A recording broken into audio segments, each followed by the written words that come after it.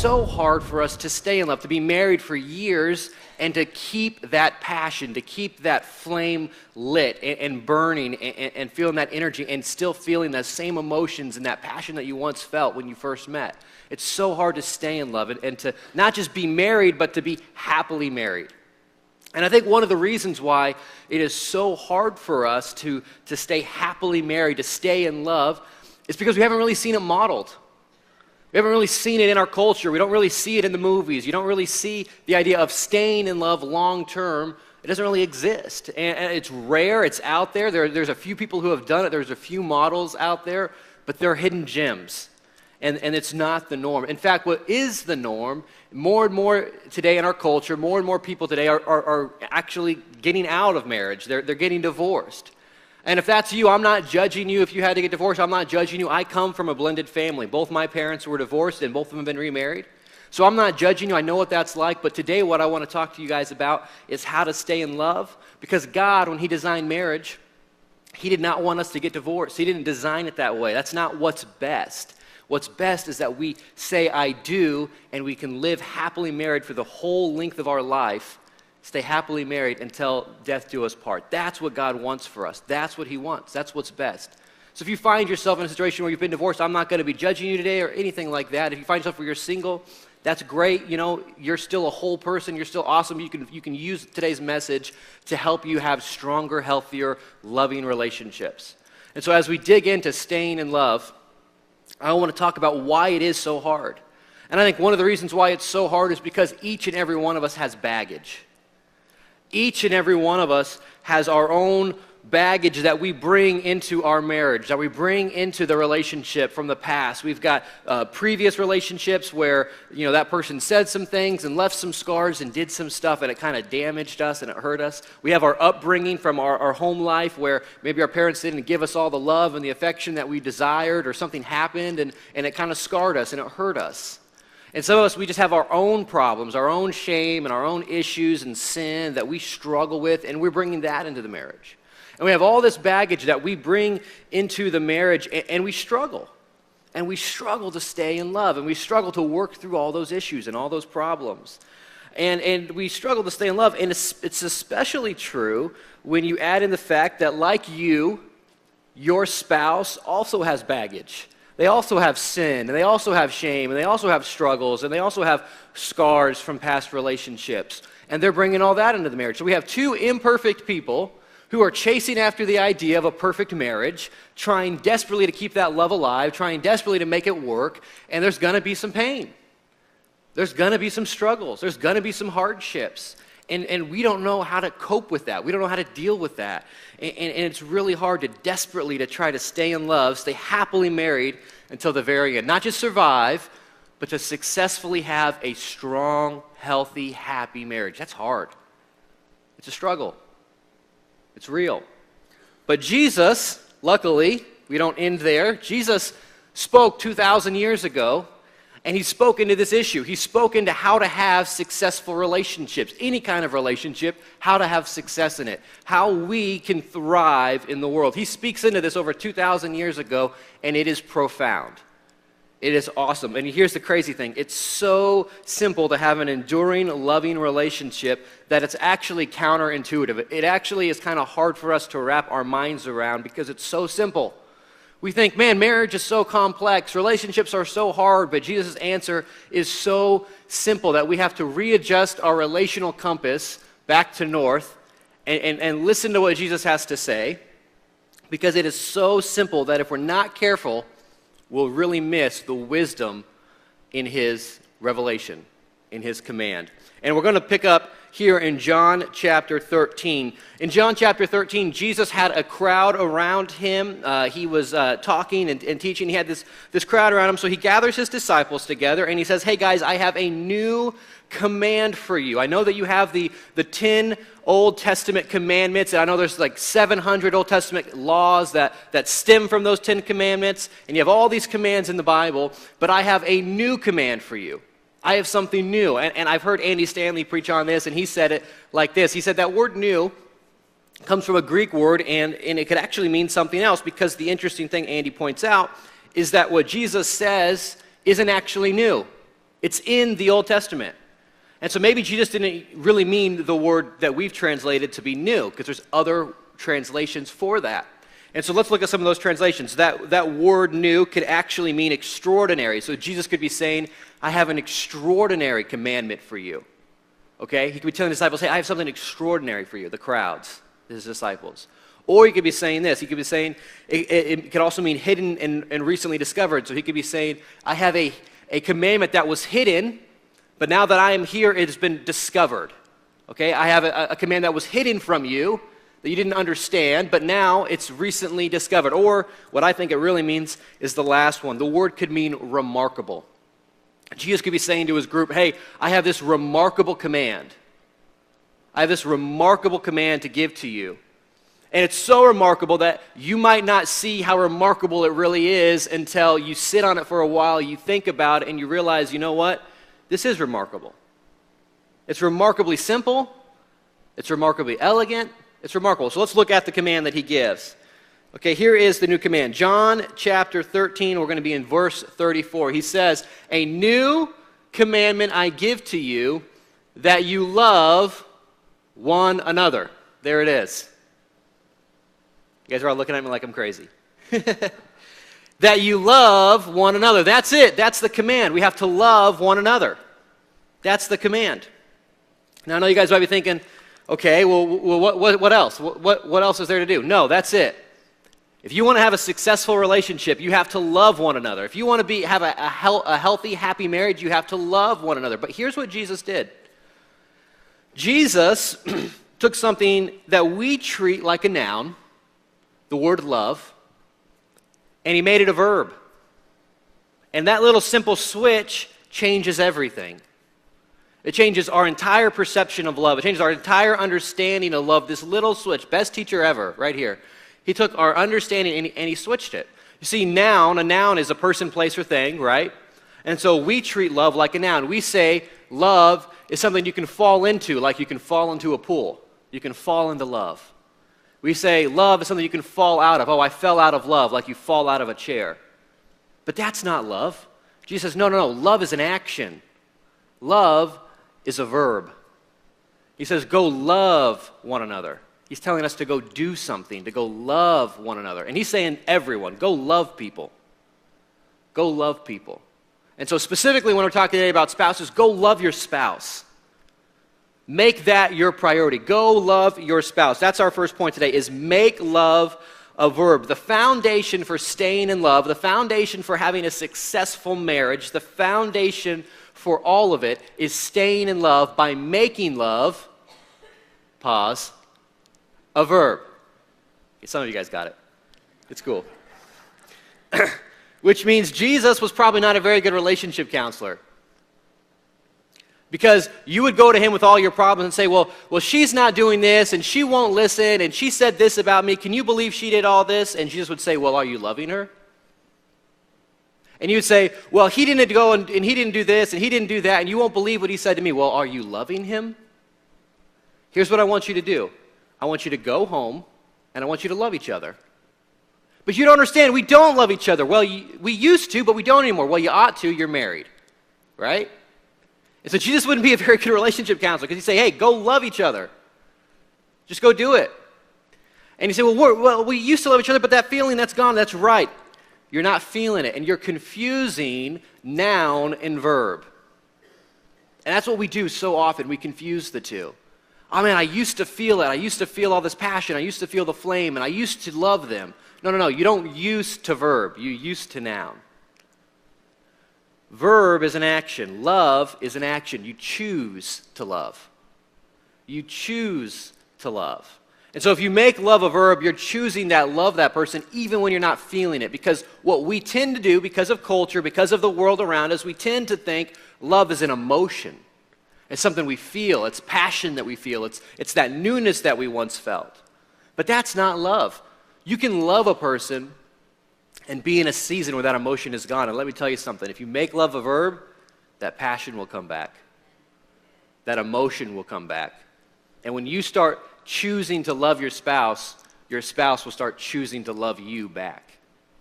And that is a game changer. You got to catch it. It's simple, but it's life-giving and it's life-changing. It really, really is. When you make love a verb and you choose to love your partner, even when you don't feel it, all that emotion, all that passion will come back. And you'll be able to understand that your marriage will not be what we sometimes think it is, an upward trajectory, an upward trend. When we get married, we have the idea that our marriage is going to go like this, just going to constantly go uphill, and we're never going to have any problems whatsoever. And we have this idea because that's what we hope, that's what we desire. But yet, have we ever seen that modeled? Have we ever seen a person get married and then have no issues and only have success all throughout their marriage? That's never happened. So why do we think that we're going to be this exception to the rule? Why do we think that we're going to have a marriage that's going to be perfect? There's going to be times when it's hard. There's going to be times when there's struggles. And so if we can understand that our marriage has got mountains and valleys, it's going to have easy times that are going to be awesome and great, and there's going to be battles where there's external pressure, and there's pain, and there's financial crisis, and there's just emotional stuff going on. If we can understand that, then we can choose to make love a verb on the high mountaintops and on the low valleys, and we can love our spouse through thick and thin. And we can have success in our marriage. We can stay in love to the end until death do us part. But we have to make love a verb. Here's where a lot of us get in trouble. So many people today have a low threshold for relational pain. So many people today have a low threshold for relational pain. And what I mean by that is it doesn't take too much pain, it doesn't take too much hurt before you decide that you have to leave. You have to get out. You got to quit. You're done. It's over. And you leave. And what ends up happening is you end up missing on the blessings of staying in a long-term marriage. You end up missing out on the blessings of making it through and persevering because you get out too quickly, because the pain has got too hard, too fast. Gone are the days where you said, I do, and I do meant I do because I said I do. And I'm going to say I do until I die, right? Gone are those days. And so we have this approach in our culture where it's just easier to walk away, where the message is that you and I get every single day from our world is that if you're not happy in your current relationship, it meant that you chose the wrong person. It meant you didn't choose rightly. You chose poorly. You need to go find a new person. You need to go find another relationship. And so what you will do is you will say, man, this person's not making me happy. They're not fulfilling all of my needs. And so you will then go from person to person, going from relationship to relationship, trying to find that right person. Trying to say, you know what, I need you to fill all my needs. No, oh man, this person's not filling my needs anymore. I need you to go fill my needs. And so we go from person to person looking for our soulmate. And that's what the culture teaches us in romantic comedies, in our culture. And that's not biblical. It's just not. Because part of the issue is choosing rightly in the beginning. Yes, that is part of it. But the other part of it is being the right person. The other part of it is working on yourself, because it takes two to be in a relationship. And so what I'm telling you today is I'm imploring you not to quit, not to leave when it gets hard, but to choose to love like a verb. Now, what I'm not saying is if there's anyone in this room, because I want to add a little caveat here, I want to make sure you guys understand me crystal clear. If there's anyone in this room today and you're in a relationship with a person who is emotionally or physically abusing you, I am not telling you to stick it out, okay? Because the Bible would back me up on this. I can pull you some scriptures on how abuse is not okay and how you need to get out of that relationship and get some help. And we have counseling. We have different people who you could talk to who could help you with that kind of care. So if you're in an abusive relationship, you should get out, yes, because you cannot allow that to happen. And maybe restoration can still take place between you and your spouse, but in the middle of abuse, you cannot take it. So I want to encourage you guys to get out. But most of us are not in that situation. Most of us are not getting abused, and we're not in that situation. And we are saying that we want to get out because our partner's not so cute anymore. We want to get out because that car, has kind of lost that car that they have, that fancy car, that fancy house that they can provide just isn't so cool anymore. It doesn't have that same wow factor anymore. It's kind of grown dim and dingy. And so we look at our partner and we say, you know what, I'm tired of them. This has kind of grown old. I want to try something new because we think I'm not feeling it anymore. So I want to find something new. I want to get that feeling back. And when did I last have that feeling? Last had that feeling when I was with someone new. I should go find someone new again. And yet, that's not how relationships work. In fact, if you take that approach and you talk to people who have been married happily, those rare people who've been married happily 20, 30, 40 years, you go find them and you ask them about that approach, this is what they'll tell you. They'll tell you things like this. They'll tell you, man, there were some times when I thought I chose wrong. There were some times when I thought I chose poorly. But I decided the person that I chose was the right person. And I stuck through with it. And I saw it through, and I'm so happy we did. We worked through our difficulties, we worked through our problems, and there's been so much blessings, and Christ showed up in our marriage, and he did miracles, and I am a living testimony, and we are a living testimony that God is faithful. And they will be able to point you to the fact that sticking through the pain, sticking through the problems is actually good, and it's actually for your blessings because you grow closer and you yourself become a stronger Christian and your spouse will become a stronger Christian and you will both be healthier for it. So I want to encourage you guys, if you're in the middle of some really hard things, to persevere and to start to make love a verb. Because Christ says that is the command, to love one another. But here's where he doesn't stop. He doesn't stop there. He actually finishes the sentence. He finishes the thought with the second part of the command in the verse. And it goes like this. It says, a new commandment that I give to you, that you love one another. Here's the second part. Just as I have loved you, you also are to love one another. That's the second part of the passage there. And that's incredibly important. Because here's what Christ is saying. He's saying, I don't want you to take your cue from culture. I'm not saying here that culture is all bad. There are some things that can be redeemed from the world, but Christ is saying in this instance, don't look to the culture to understand love. I am love. Look to me. I'm the model. Christ is saying, I'm the model. Look to me.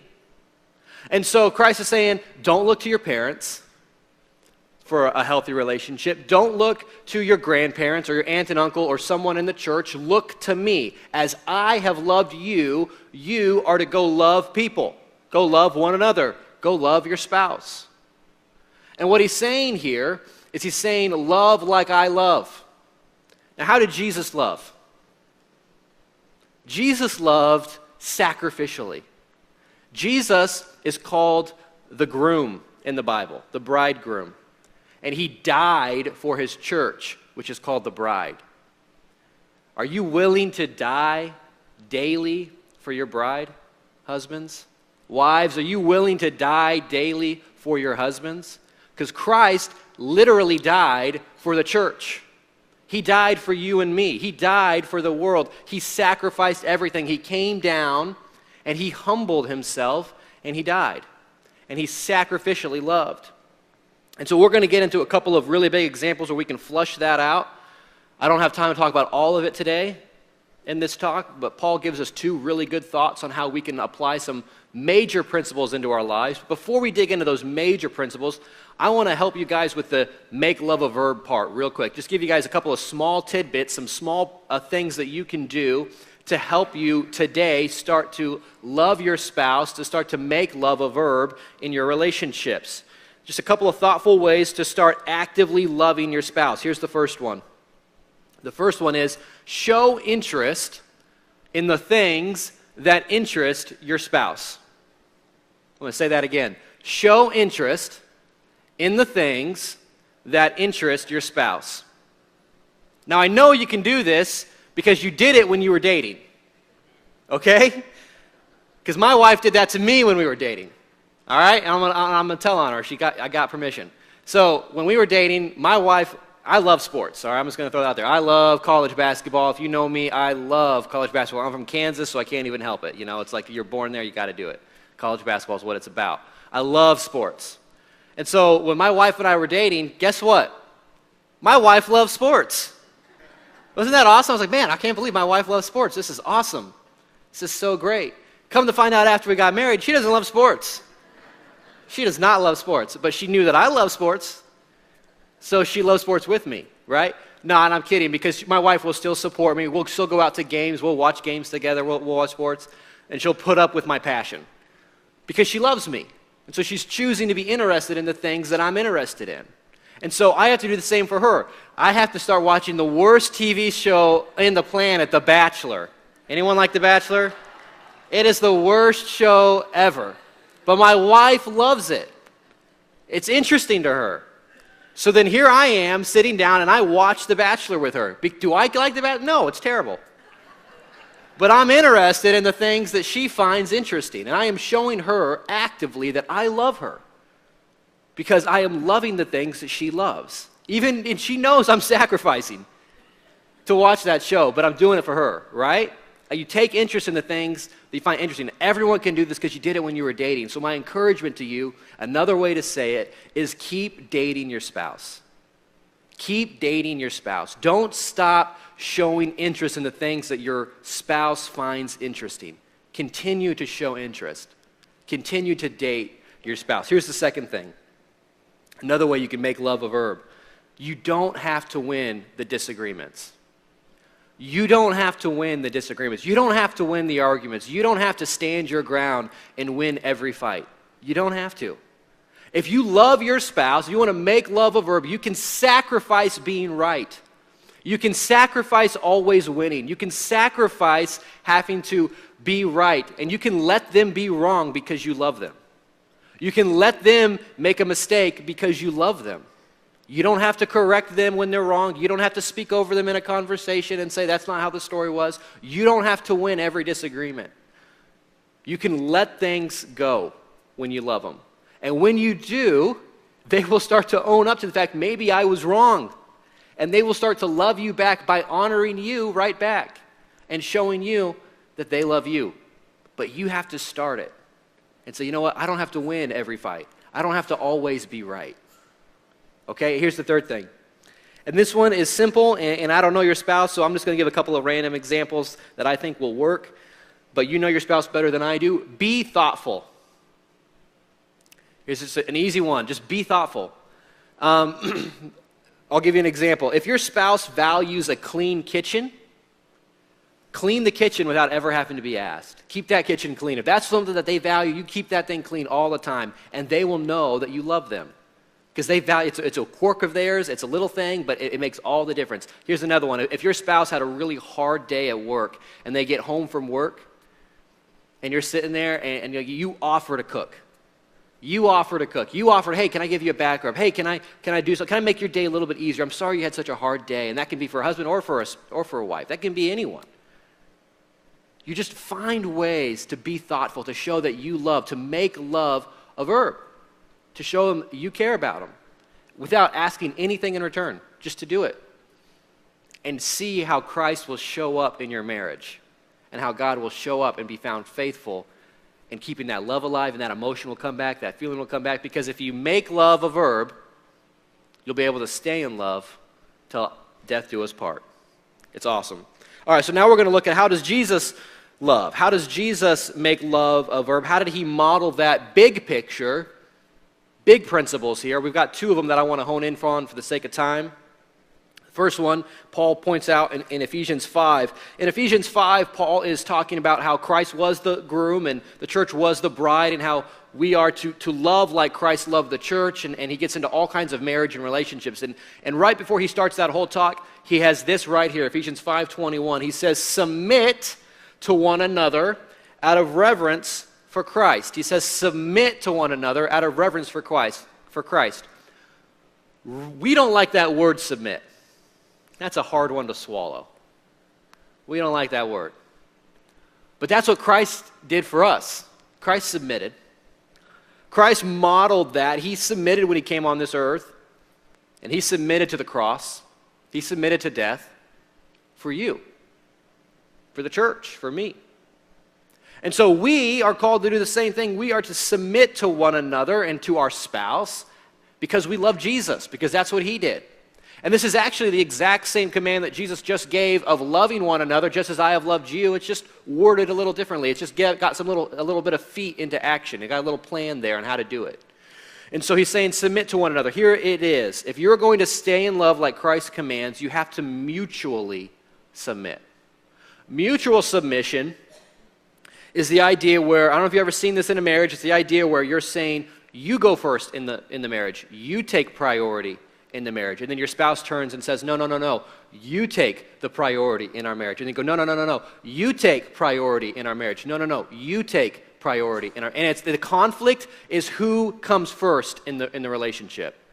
And when that's the conflict, love is alive and well. When that is the conflict, love is alive and well. It's the idea, the word submit really means voluntarily placing yourself under the other person as they are voluntarily placing themselves under you, and then you are voluntarily placing yourself, and there's this battle where you guys are going, no, no, no, no, you go in the door first. No, no, no, you go through first. No, you go first. No, you go first. Okay? And when you can do that, it doesn't make sense on the surface, but it's powerful. And if you've ever witnessed a couple that does that, you ever witnessed someone in a marriage who's doing that, it's desirable. I've seen it, and I was like, man, that's what I want in my marriage. It's desirable. It's what you want. It's what Christ did for you, and it's a game changer for staying in love. Not simply staying married, but staying actively in love, making love a verb. And here's the last principle to help you guys make love a verb, and it's similar to the second one, but it's different, and it's honor your spouse. Honor your spouse, or if you're not married, you can say, honor your boyfriend, or honor your fiance, or honor your friends, honor your coworker, honor blank, okay? But honor your spouse. Simply, I want to say, have you guys ever been in a room where you are not the most important person in the room? Anyone? You guys ever been in a room where you know you're not the most important person in the room? I'll give you an example. What about like on a wedding day? You ever notice on a wedding day, when you walk in the room, everyone stays sitting down, but when the bride walks in, everyone stands up? What's that about? Right? You're not the most important person in the room. What about that same day, that couple, everyone's waiting in an hour in line to talk to that married couple, but no one is waiting in line to talk to you. Why is that? Because you're not the most important person in the room at that moment. Or you ever gone out to dinner with your boss, with a group of the coworkers, and you notice how everyone's laughing at your boss's jokes and they're not funny? You ever notice that everyone has to listen to what your boss has to say, and everyone's listening to them in the social conversation? You're not at work, you're out, you're out hanging out. And yet your boss he's getting a little more attention than you. What's that about? It's because you're not the most important person in the room, right? So why is it that we treat someone who's the most important person in the room better than we treat our spouse? Why is it like we won't correct their stories, the most important person in the room? We won't correct their stories. We won't try to talk over them. We won't tell them, hey, you got bad posture. We won't do all these little things, right? But we won't interrupt stories to correct a mistake. So why do we treat our spouse like that? We need to be honoring our spouse, treating them like they are the most important person in the room. Hey everyone, thanks so much for watching today. We hope you enjoyed the message and have a blessed week.